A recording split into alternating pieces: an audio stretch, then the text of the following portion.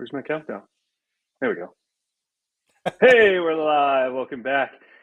We are back finally with a week off. Hospitality Hustlers episode 3. This week, Kyle and I have a special guest. What's up, man? What's up, dude? How are you? I'm kicking chicken. Steal your words from you. You said a week I'm off. great, What'd man. you do? Great. Where did you go for a week? You went for a week. You went skiing with the fam. Yeah, I was just figuring I could throw that back in your court. Yeah, dude. We had I'll be gone next week. Really? Yeah, I'm going to Yellowstone. Okay, well, you can just do your call from Yellowstone then next week. So no excuses. Right. I'll get the Starlink up. We went to Boone, North Carolina. Did some skiing. Learned how to ski, which was amazing. I got to tell you really quickly. So first time we've ever skied. And I took my 7-year-old, my 3-year-old, of course, my wife went. And we did the day class or the 1 hour class where they teach you. Mm-hmm. And I was like, I got talked into it. So Tracy, my agent here in Georgia, she was like, I would definitely spend the money. It's the best money you ever spent. Like the kids will pick it up quick and all that stuff. I was like, fine, we'll do it. So that's what we did. We did an hour class.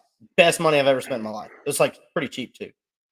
But my daughter picked it up pretty quickly, right? So like we started on the little bunny slope, and it was like long story short, we went to the bunny slope, did it really well. She did good. Went to this other slope, the second slope. So if you ever been to Appalachian Ski Mountain, the second slope is like it's pretty decent. Like you have to take the magic carpet all the way up and then come down. And so we just kept doing that and doing that and doing that. Well, day 2, she said, I want to take the ski lift and I want to go up the big one. And I was like, no, I don't think so. She was like, no, like, I really want to. I was like, let's keep going down this, like, first big slope first before we go to the ski lift. So we went 4 times. And she wiped out at the bottom of the first time we went down. Like 3 flips, skis going everywhere. Allie runs to me and hands me Braden and was like, take him. Because I was still like connected to the skis. She's just hauling ass all the way. And she's like, are you okay? My daughter's like, it hurt. And I was going to cry, but then I thought it was kind of funny. So I just started laughing. And I was like, yes. And she was like, do you want to do it? Like, can we do it again? And I was like, yes. So the second time down, we're like, pizza, control your speed. She gets to the bottom, crashes again. But she didn't do it like she didn't wipe out. She just fell. 3rd time, went down like a breeze. 4th time, went down like a breeze. And I was like, yes. So she is officially a professional. She'll be in the Olympics. So just go ahead and like wait for that. She'll be in the Olympics skiing. Cool. She probably won't ski. Can you give me her signature? The Olympics. Yeah, of course. I'll get you a picture with her. She's 7. They're $150 a piece. So, but yeah, dude. So we spent the whole week in Boone. We'd never been out there. Loved it. We'll go back. Next trip, we're gonna go to Maine. That's the idea. So come on. That's the plan. Come on up. That's the plan. Yeah, Daryl, he's got a house up there. We're gonna stay in it, I think. Yeah, he does. Nice. But yeah. So what'd you do last week? Nothing. Wait on me. Yeah, waiting on you, man. Waiting on you. No, actually, we yeah.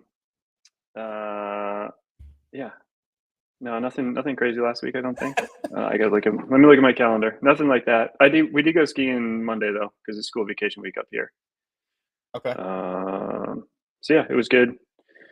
But I had the meetup last week. That's what happened. It was great. Yes, Meetup. yes. Couple other things. But it was good. So today, man, we have a special guest, a buddy of mine. I'm excited to have a conversation with him and you. He's a man whose whiteboard count rivals many educational institutions. He's coming to us from the golden beaches of Carolina Beach. Let's bring him in, Mr. Carolina Beach himself, Joe Prillaman. All right. What's up, Joe? Hey, guys. Happy to be here. What's up, dude? Nothing much, my man. Thank you guys for having me on. Pleasure to be here. Thanks for coming. Kind of short notice, too. Yeah. Hey, I'm all about it. I got the call and said, let's have a candid conversation about some real estate and figure out how to make it happen. I'm always game. Let's do it, baby. So this is the first time I ever met Joe. Jeremy, y'all are pretty good pals, right? Yeah, we're pals. I mean, we might have roomed at the STR Wealth Conference a couple years ago, and we might meet weekly, stuff like that. Little things. Okay, like that. so you kind of know each other. So all right, Yeah. so Jeremy, We go for on those lunch of us, yeah, for those of us that don't know Joe, who is Joe? Oh, you're asking me? Or you're asking Jeremy? Well, I was asking Jeremy, but he didn't answer, so I'll ask you. I think Jeremy should figure out who I am. I'd love to hear. Jeremy, who is Joe Prillaman? Joe Prillaman is a father, a husband, a prophet of real estate, and yeah, he's a man. Joe's just awesome. Like, you can't not enjoy Joe. Okay, period. I'll be the judge of that. Was awesome. I've never been described as a prophet of real estate, so I need to add that to my. I don't know anybody that has been described as a prophet. So, like, you want to come stay at my house for a little bit? Like, you know, hey, what's going on? Real estate needs you have, dude. I got you. Okay, I'll remember that. So for everybody else, Joe owns and operates 28 units. Is it down the East Coast or? Pretty much across North Carolina. So we started originally with buying long-term rentals in Fayetteville, and then we moved into short-term rentals in Carolina Beach, Curry Beach, and then Banner Elk, North Carolina. So we kind of have the whole mountains to beach thing going.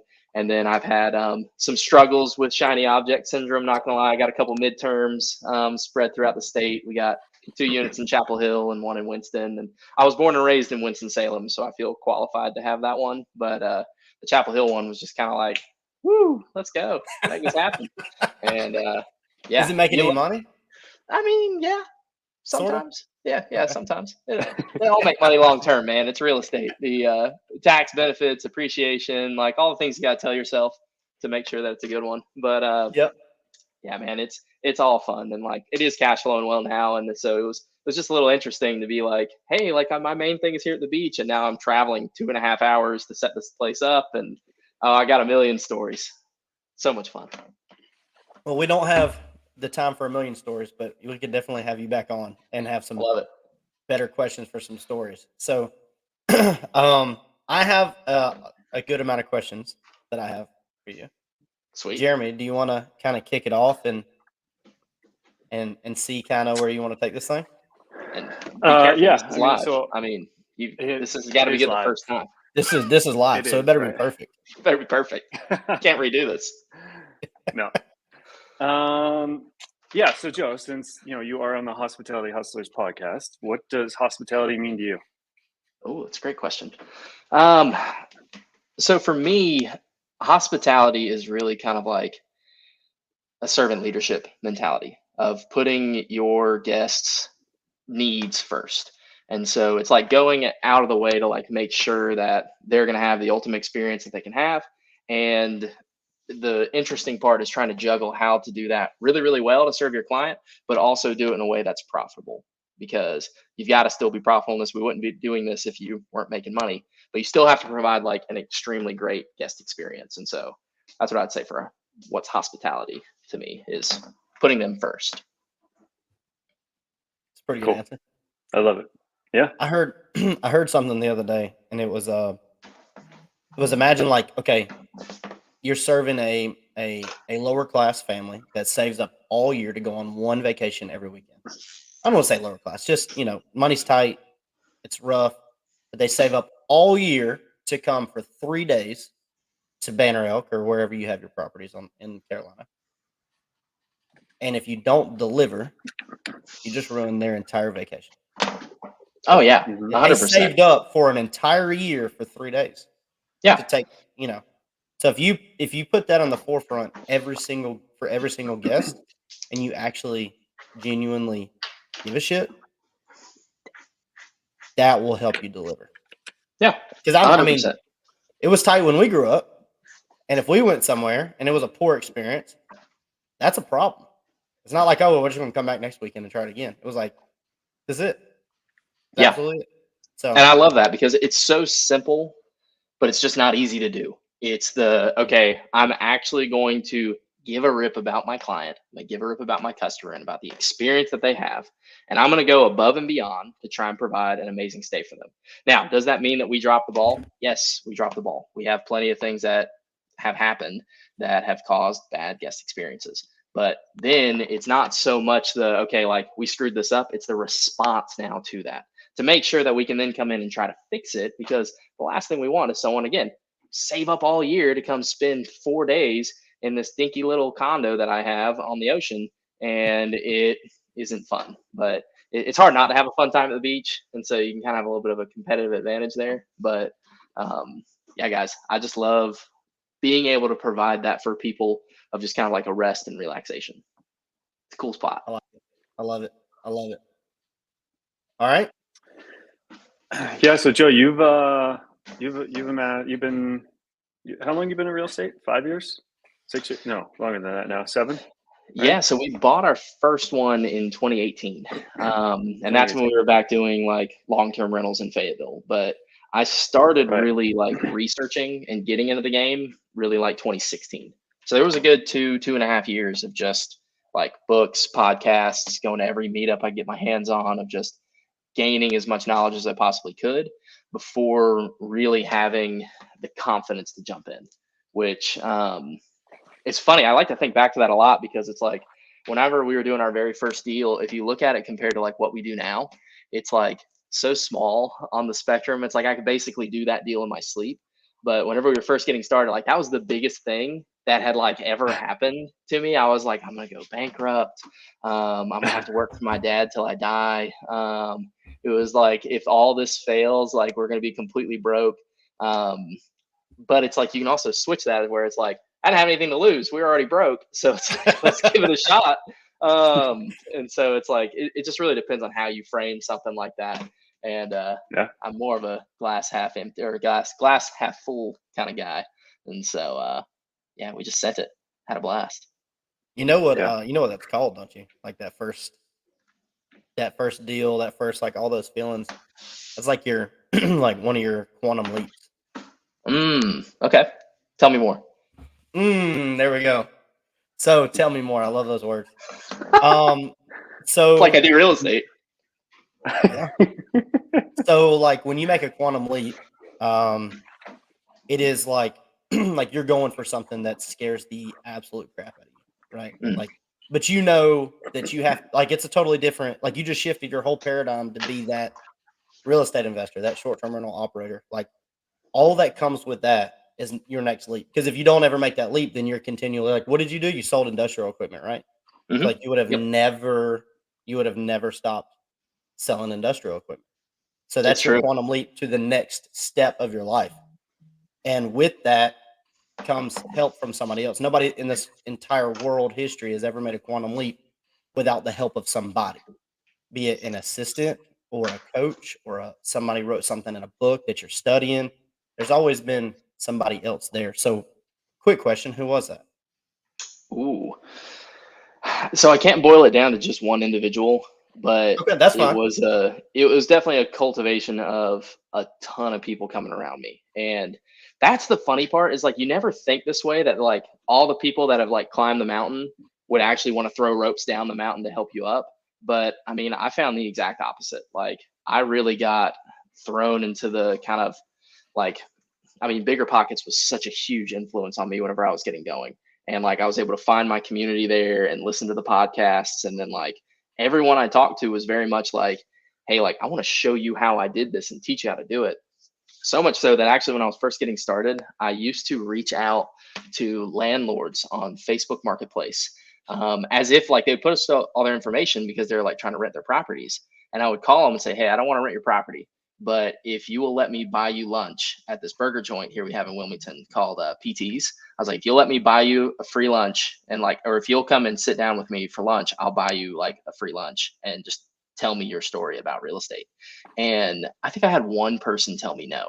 And so for like a year, it was like once or twice a week, I was going out with all these real estate investors who were like telling me their entire story of like how they got here. Because everybody wants to talk about themselves. Look what I'm doing right now. I'm dominating this whole call. Yeah, you got a small face. That's it. And having a blast doing it. But these guys would tell me all the like things that they'd done in real estate, how they'd gotten there, like the struggles they had.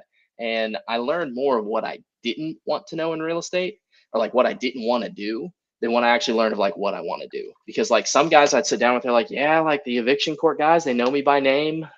They see me and they're like, oh, hey, Bill. And I'm just like, oh, that sucks. I do not want to be you. And it's just, you learned all the ways not to do it. But then you really got to focus in on like, okay, like this is where I'm actually really good. And then I can play into my competitive advantages and my strengths, and then step into the type of real estate that you want to do. And so it's crazy because there's so many different ways to make it in real estate that you really got to get to a point where you can focus down and take something and run with it, because shiny objects, man, they're everywhere. Yeah, I always say like there's 1,000 ways to make money in real estate. Mm-hmm. There's 1,000 ways. So that's amazing, by the way. Yeah, you ready? So no, I'm just kidding. So I mean, you just look at like the main big ones, right? Like flipping, wholesaling. Now they have like inside wholesaling, you have like what they call wholetailing, which I've never really done that. It's like like a minor fix and flip, if you will. But it's like inside of that. Real estate agents, STRs, LTRs, midterm rentals, hotels. I mean, it's residential broker, like commercial brokers, lending, commercial, consulting, industrial, hospitality. Yeah. I mean, it's crazy. And then like every niche has something different. So, and then you can niche inside of the niche and then just keep going on that. And then you could be the only player in that specific niche, which then you have the attention of the whole audience. Yeah. It's, I mean, it was like back in December, I talked to somebody about doing hotel consulting. They wanted to, like we talked about, like completely setting everything up for them, right? I've talked to a couple of people about this, like advising from purchase, raising money, all the way through. And then a buddy of mine, he is extremely knowledgeable on pricing for hotels. Extremely, like probably one of the best. And him and I got to talking, and that's another like niche inside of that, is being like a revenue management or revenue manager, and like teaching people how to do revenue management correctly. And like, it's just another way. I mean, if you really look at it, it's another way, but it's so valuable. Like every little piece is so valuable. So, well, I have a question, because you kind of touched on it before. Going through the journey of everything after your quantum leap, being so new, because I followed BiggerPockets too, and there was all these different things. Like the guy that was up in New York doing all the Section 8 housing. He'd buy like 4 bedrooms, turn them into 7 bedrooms, and he's renting for $4,000 a month. The government's approving it, and he's going to people's houses, and he's like interviewing them at their houses. You know what I'm talking about. Everybody's heard that podcast. Where does the shiny object syndrome for you at the early age come in? Not early age, but early stage. Like, like you started, and then at some point, everybody does. And they just start like jumping around. Yeah, no, that's a great question, because what I've found is that I do think it's important that you have like a well-rounded view of like the different ways that you can make money in real estate, because I personally believe that like in whatever cycle we're in with the market, or wherever the market is at any given time, there are different strategies that work better during that cycle. So like, for example, whenever I first started in 2018, interest rates were still relatively low, home prices were still relatively low. There wasn't a big craze for people buying houses. Like everyone was still kind of recovering from the trauma of 2009. It was almost a decade later, but people still didn't believe in the asset of real estate. Like I can't tell you how many people told me I was an idiot for going out and trying to buy real estate. It was pretty much everybody. And that was always fun. Joe, you're an idiot for trying to buy real estate. Exactly, trying to buy real estate. But like now and today, you look like a genius because you bought real estate, because of all the things that have happened in the market and what's happened like from that time in history. But at the time, it wasn't considered like, it was just considered extremely risky, including short-term rentals as well. But like at that time in the market, I could go pretty easily buy foreclosed properties on the MLS. We could fix them up, we could like rent them, and we could refinance them. Just do the classic BRRRR: buy, rehab, rent, refinance, repeat, and then have an asset that was making $150 a month after your vacancy, your capital expenditures, your all the other things that you go into that, property management, and which that came out to like almost 27% of it. So it's like you do all this work and you're making $150 a month, but now you have this little like equity machine that has like $20,000 more value because we were buying houses for 40 grand and they were worth 80 by the time we were done. And so that strategy at that period of time worked great for our in the market. Well, today, if you're going to go try and do that exact same thing with a BRRRR, not only are you not going to be able to pull your money out, but it's also not going to cash flow. And it's going to be really difficult to build a portfolio like that where you have to wrap money around it every single month. And so like right now, if you wanted to really get into the game, you got to look at something that generates more income actively, either flipping, wholesaling, being a real estate agent, like something that generates physical cash today. And then you can take that cash and then use it to buy real estate that doesn't necessarily have to cash flow as well, or you get it to a point where it does cash flow. And so knowing the general view of the market of what works at what time is extremely important. But then once you find what works, just going all in on it. And so to get back to your question, like for me, the shiny object really hit me more in the education stage. It was more in like the 2016 to 2018 when I was just listening to all these podcasts and people who were buying storage units and apartments and like doing wholesaling and Section 8 and like all these different pieces until I got to a point of where I was like, okay, this is my current situation. This is what I have access to. This is the strategy that I think is going to work the best. So I'm going to go all in on BRRRR. And so I started buying single family homes. We ended up doing 5 of them like that. And then the market kind of shifted. It was 2019. 𝗙ście, a buddy of mine, he got on the Bigger Pockets podcast. Everyone started buying in Fayetteville. So my little like BRRRR strategy didn't work because I couldn't wrap money around it anymore, or I had to wrap money around every single one I purchased. And so then it put me in a spot where I had to start looking for another asset that would meet the criteria that I had. And it sounds extremely simple, but it's really, really hard to get to a point of where you know, okay, this is what I have access to. This is what I think is going to work. And then I go all into it. And so, yeah, from there, I shifted to short-term rentals, and then the rest is history. So it was just nuts after that. Yeah, so you're all in on short-term rentals. You've made many mistakes, or people said you were making mistakes. No, he was an idiot. I'd like to say I made all the mistakes. I definitely made all the mistakes. So, being an idiot, tell us about your greatest idiot purchase you recently did down there on the beach. Yeah. So my most recent purchase, we ended up purchasing a small motel on Curry Beach. And it was a deal that was brought to me from another investor, a good friend of mine. He passed off me and said, hey, like, this is a deal. I can't take it down right now. I really can't make the numbers work. At least it doesn't work for me and what I'm trying to do with my life, but this one looks like it's going to be good for you. And so I stepped into it. It was an off-market deal, a small 6-unit motel, and just a great little property. It was all 1-bedroom, 1-bath units. They had ocean views, and it was one of those deals where it was like, I haven't been buying a lot in the last couple of years. I like to focus more on like, okay, I want to do one big purchase once or twice a year instead of buying a bunch of smaller properties like I was doing before, because then you've got one roof, you've got like all these major things in one spot. You can have everybody in one area. It's just from an economic standpoint, it makes a lot more sense. And so this deal came, again, it was off market. It was definitely a value add opportunity. It needed a good bit of work. And so we stepped into it, purchased it. We ended up getting it for $1,050,000. It appraised for like 1.35 whenever we finished it. And then we ended up doing about $50,000 of repairs and restaging.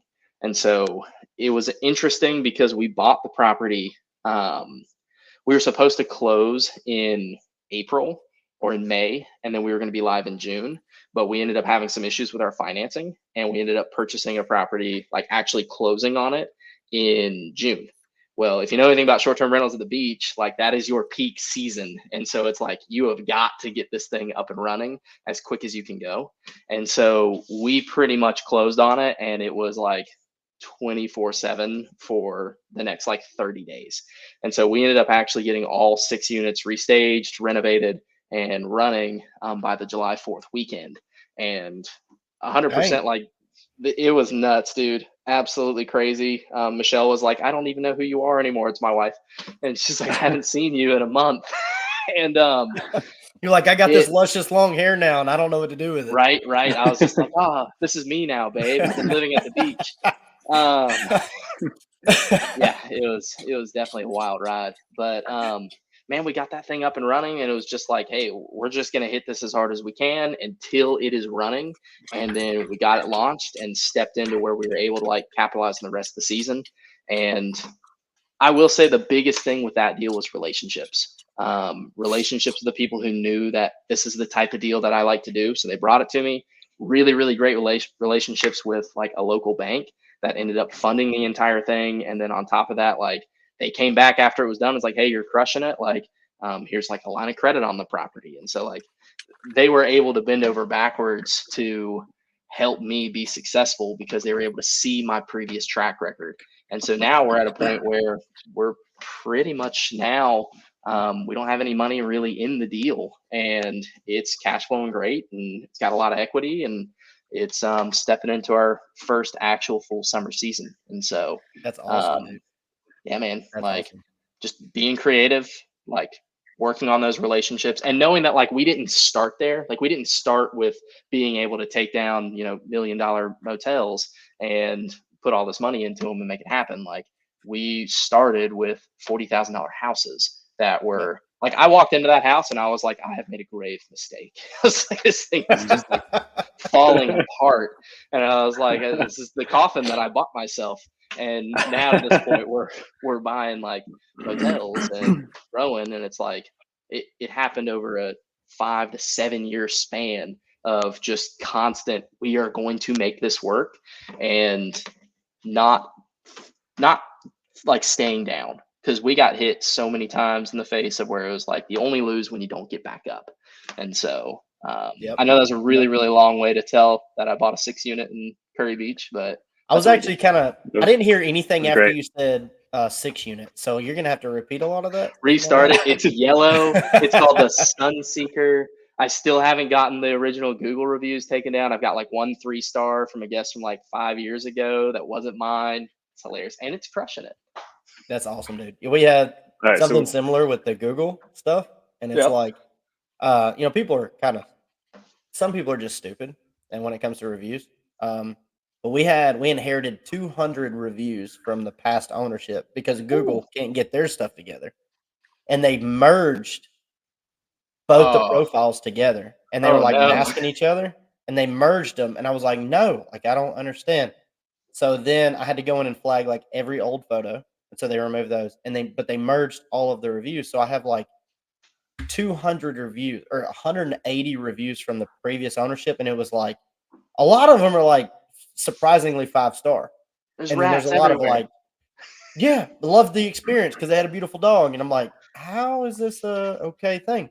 Now I got like a 1-star review from like somebody who at one point we couldn't offer 2-night stays. I mean, we couldn't offer 1-night stays because we didn't have the hotel license.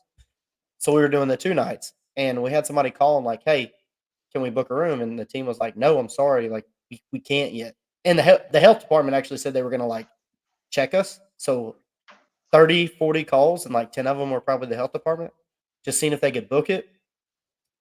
He left a 1-star review because he couldn't book a 1-night stay. I'm like, how is this okay? This and they won't take it down? No, you can't get it. Like I've never seen a Google review be removed unless it's for the wrong business. So yeah, it's stupid stuff. But now we have like 20 something reviews. Most of them are 5 stars. A couple of them are 3 stars. And then, of course, the stupid 1-stars from like people who actually never even stepped foot in the parking lot. Like, you got to be kidding me. So, so when you bought the 6-unit, out of everything, what do you think would be the number one driving factor of like while you were able, like, what was it that said, I can do this? So that one in particular was, hey, we've done it before. Okay, like we've been in this situation now where we know, okay, we can step in and do this because we've put in the reps and we've had the time.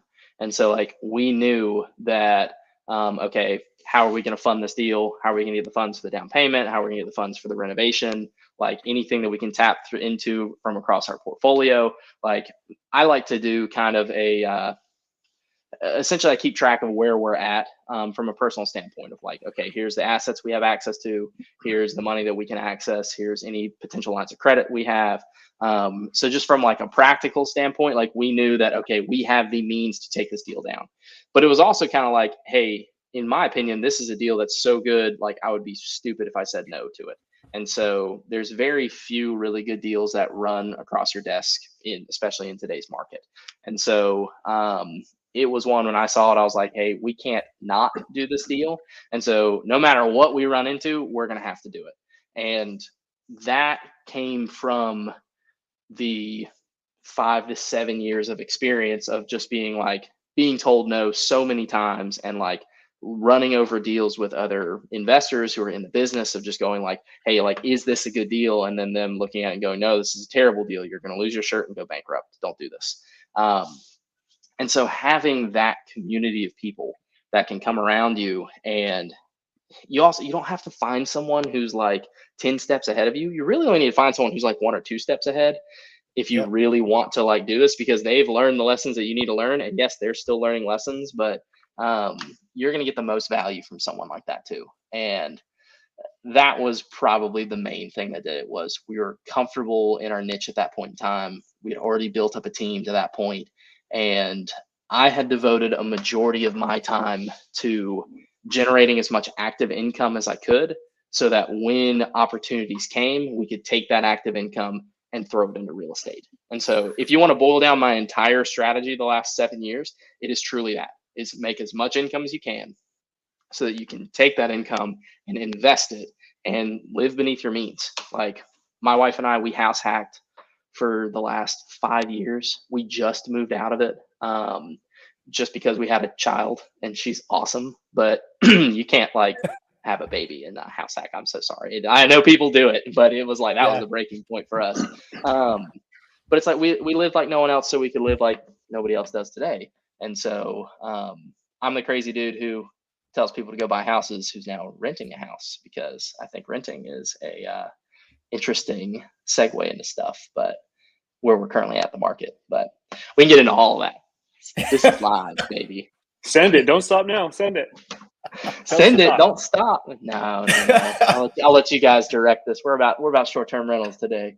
Yeah, baby. Yeah. What about, so you watched Bigger Pockets before STRs were like a big thing for Bigger Pockets? Because I did too. I watched Brandon, and like I watched all of them before Brandon left, and before they started with Real Estate Robinsons came on.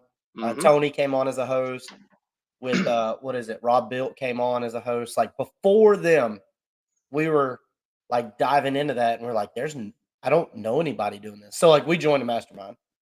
Did you join anything, or did you just find a couple of people in the market? Oh, that is a great question. So I remember it was back in the episode in like the 300s of where everything before the 300 episodes, it was like, don't do short-term rentals. They're speculative. You're going to die alone. And so like, we were all like we were super scared of them. And I distinctly remember Avery Carl came onto the podcast, episode 364, and it hit so good of just like, hey, like I'm actually buying short-term rentals, and there's processes, there's software, there's systems. And she actually really was like one of the first inspirations for me to really get into short-term rentals. And so I owe her so much across the board of just inspiring me to be like, hey, you can do short-term rentals. And then when I heard kind of her episode, I went in and started looking on Bigger Pockets just for, hey, is anybody else doing short-term rentals around here? And there was this guy named Clint Harris actually, and he walked me through my first deal in Carolina Beach, because he had just made a post actually that week about how he was living for free at the beach and he was house hacking. And so I showed that post to my wife, and I was like, we gotta do this. Like the dude's living for free at the beach, because she didn't ever want a house hack. And my wife is absolutely incredible. She's amazing. I love her to death. But she was like, oh, yeah, you better.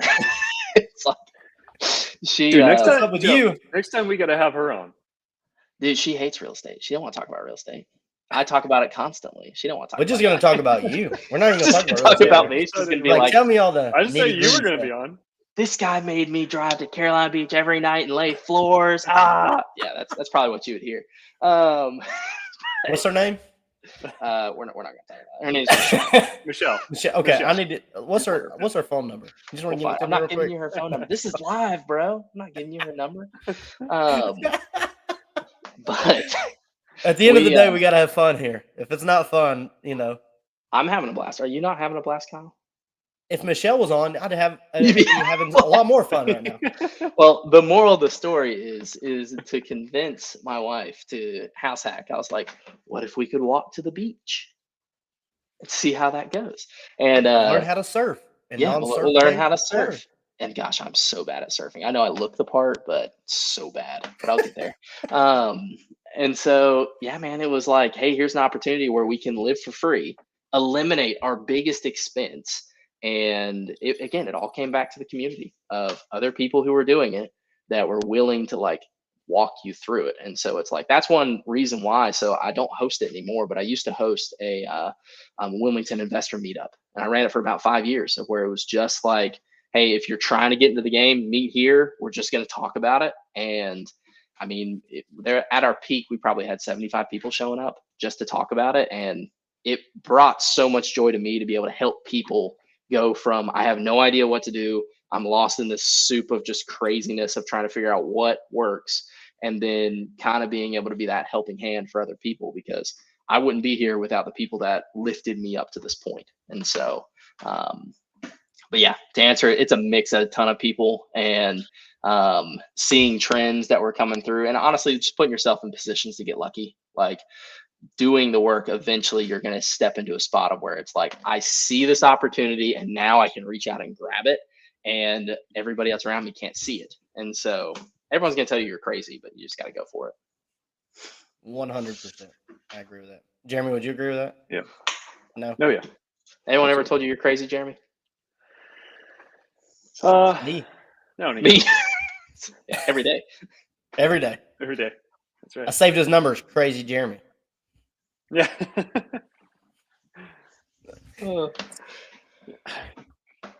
What you got? You got something else, Kyle? Well, I was going to say, Jeremy's running a meetup up in New England. Yes. I've heard the rumors. I'm excited to drive up there and come see it one day. How far are you from Greenville? Yeah. From Greenville, North Carolina or South Carolina? South. Pretty far, but I'll make it happen. Why not? There's one in Greenville too. Well, perfect. Okay. I'm in. In Atlanta. Shoot me the invite, guys. Atlanta. You want to come to ours in Atlanta tonight? Is it tonight? Yeah, Jeremy's coming. I can't get a flight. It'd be too quick. No, you just drive, dude. Come on. Just drive. So no, I mean we 6.5 have hours. we have the STR meetups. We're in we have 8 right now, and I think in April we'll have close to 15 at launch. Oh, that's awesome. Across the nation, yeah. And Jeremy's running one. Yeah, Kyle, his wife Allie, and then they have another partner, Brian. They brilliantly came up with a company that basically handles all the back end for people that want to host meetups, between branding and marketing and doing all this stuff on meetup.com. So the strategic want to investor. host just Nice. strategic investors, and they handle all the back end. It's fantastic. So us hosts just have to host. Show up. Show up and hang out. Right. You can tell we had a real in-depth meeting before this call about everything that happens. And so I love this. Yeah. So I would say I've got some other questions, but Jeremy, you got anything about the 6 unit in particular? No, that was it. I just wanted to touch on that. What would you, let's see, we'll go with mistake first. I got one question, Kyle, and then you can roll.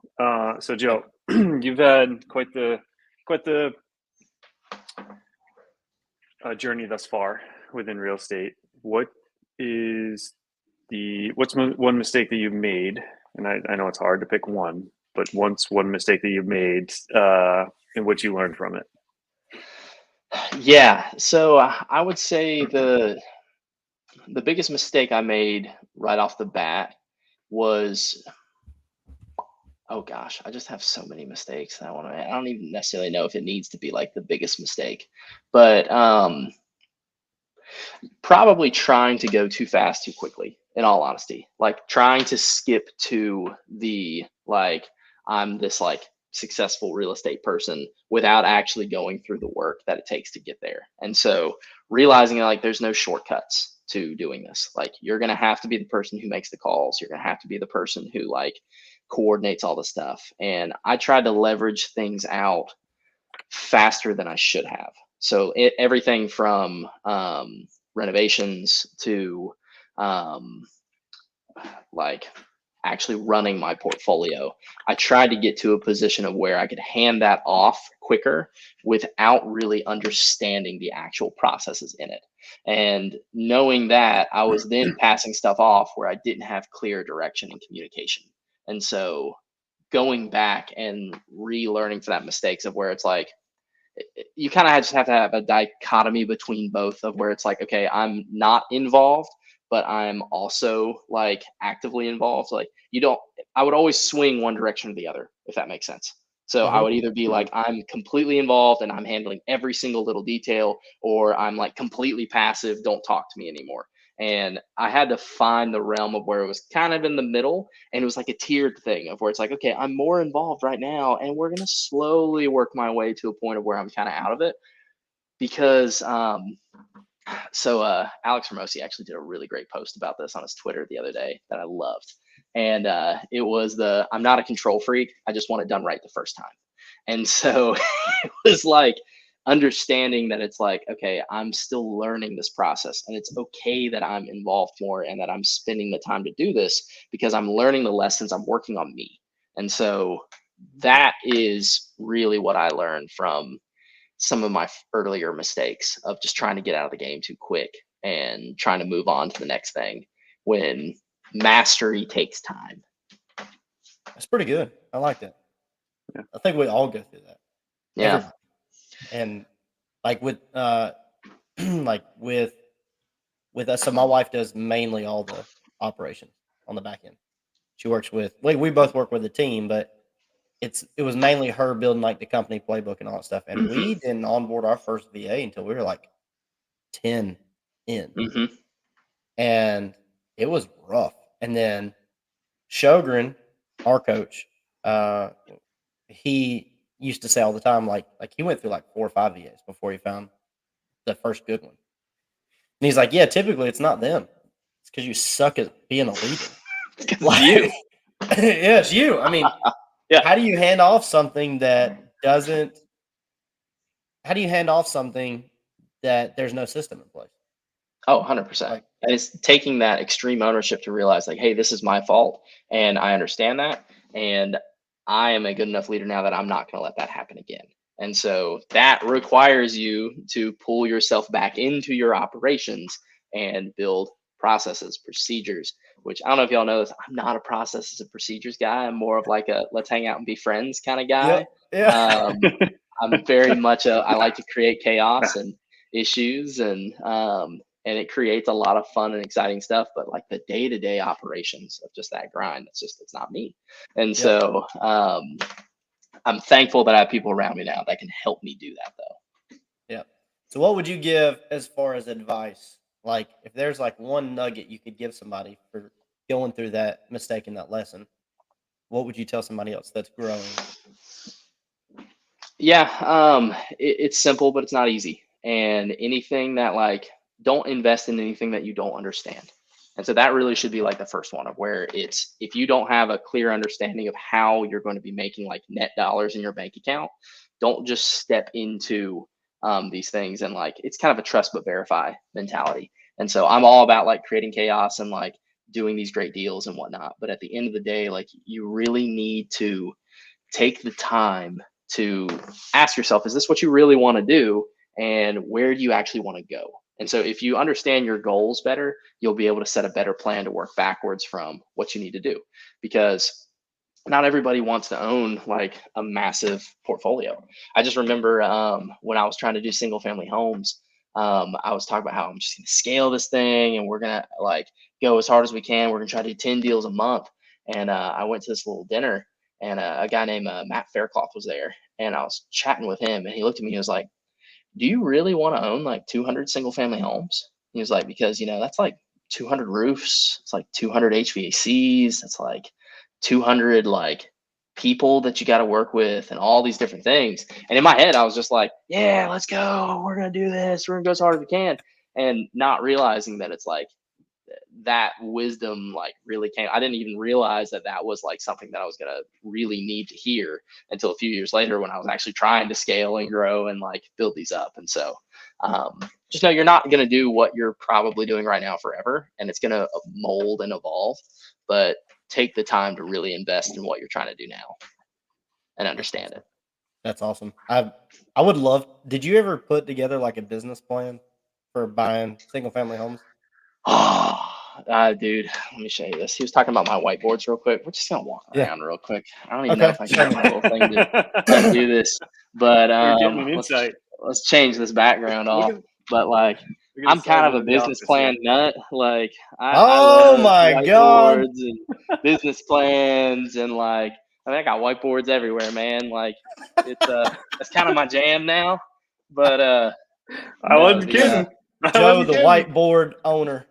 The nut job over here. It's like he's locking himself in an unheated, uncool, or unair conditioned attic and staring at whiteboards. And dude, that's hilarious.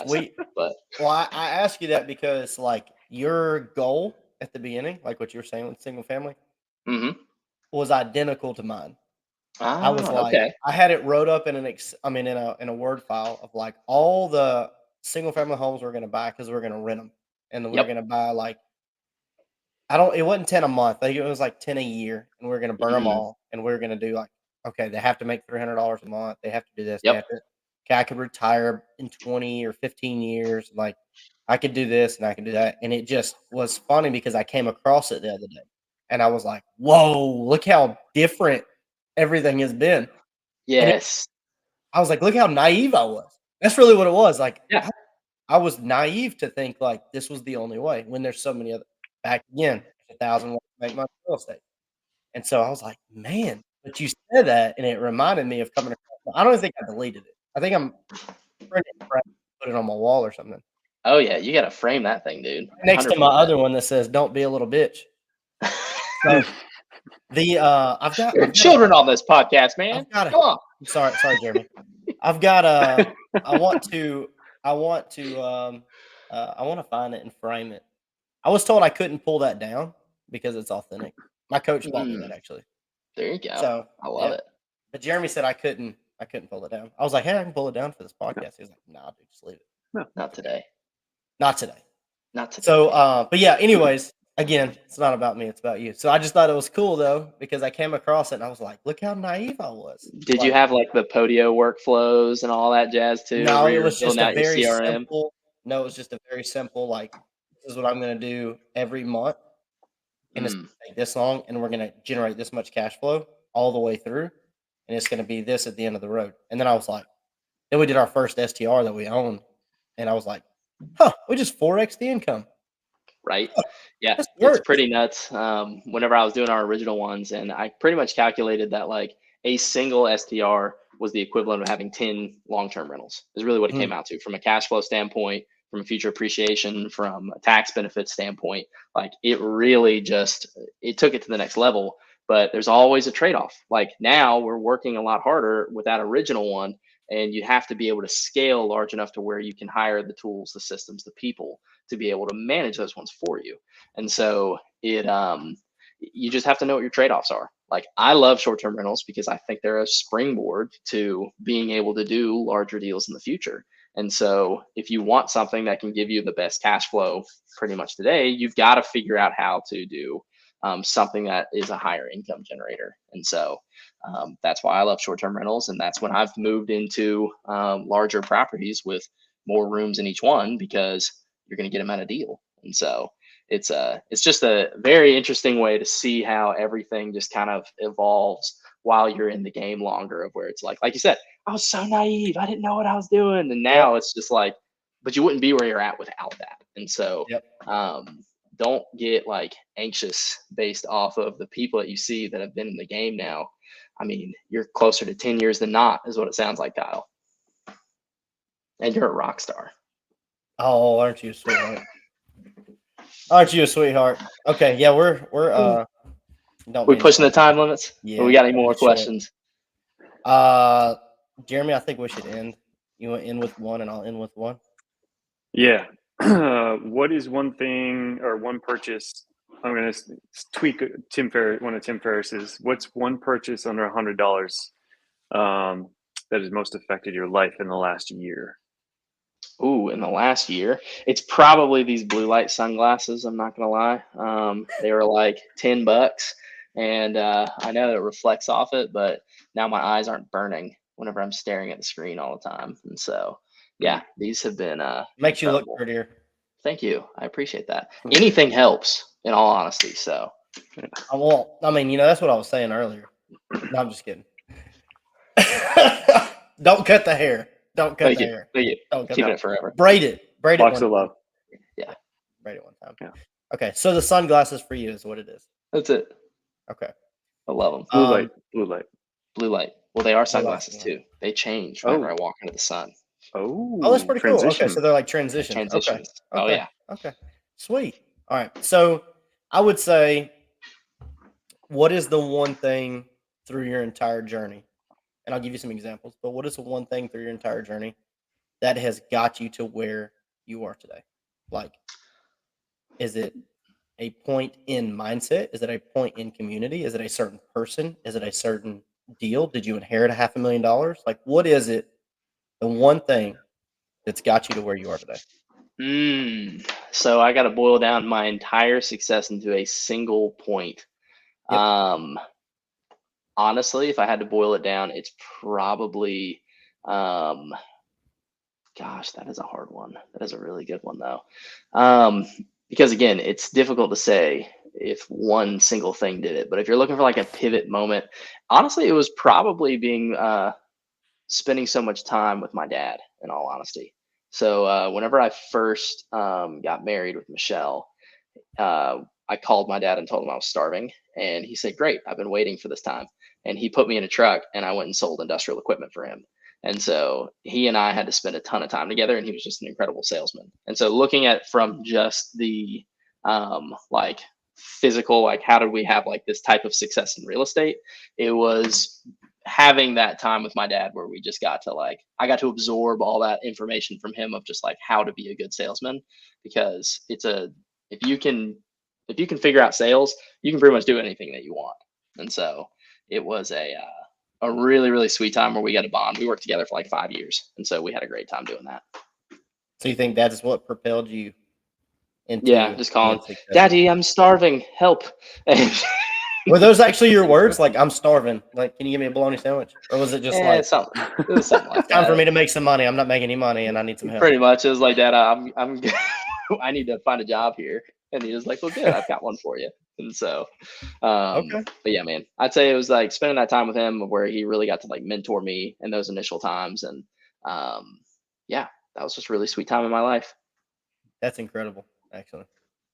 Okay. All right, so we can wrap it up. Jeremy, you wanna wrap it up here? I'm done. I'm done with my questions for Joe. I'm done with my Yeah, questions. that's We'll a see you wrap. next week. That's a wrap, Joe. Appreciate you coming on. We will absolutely have you on again. This has been great, as is Yes, every well, guys, thank conversation you with very much. Mr. Joe. Thanks for having me. How can people find you? Yeah, the best way to reach out to me is on Facebook or Instagram. Joe.Prillaman is on my Instagram handle. And then if you just search Joe Prillaman, I'm the weird looking dude with the long hair and the baseball hat on, the same one. And so, yeah. And what's your follow me you on. just want to get what's your cell phone number? You just want to put it out there? I mean, Wow. not really. I'm just kidding. If you can find me, you can probably find my cell phone number. That's my Yeah, I hear you. If you want I to hear hang you. out with me, just find it and call me. And then, All right, dude. Well, we appreciate and you. then if people want to come stay at your properties at the beach, do you have a direct booking website yet? I anything? do. It is anchoredinvesting.com. And my direct booking is just trash right now. It's wonderful. It works, but I wasn't like, expecting that. I almost spit Oh, that water out everywhere. oh man, I'm telling you what, man, it's like, it's just so bad. But we're gonna revamp all that. We're gonna make it work, and it's great. And so yeah, that'll save the Airbnb and VRBO fees. But The Oh, yeah. God, I almost spit that everywhere. Okay. Well, All right. it's been a pleasure, dude. We've had a Yeah, ball guys, night. I appreciate you having me. We'll chat soon. All right, man. Thanks, See Joe. y'all later.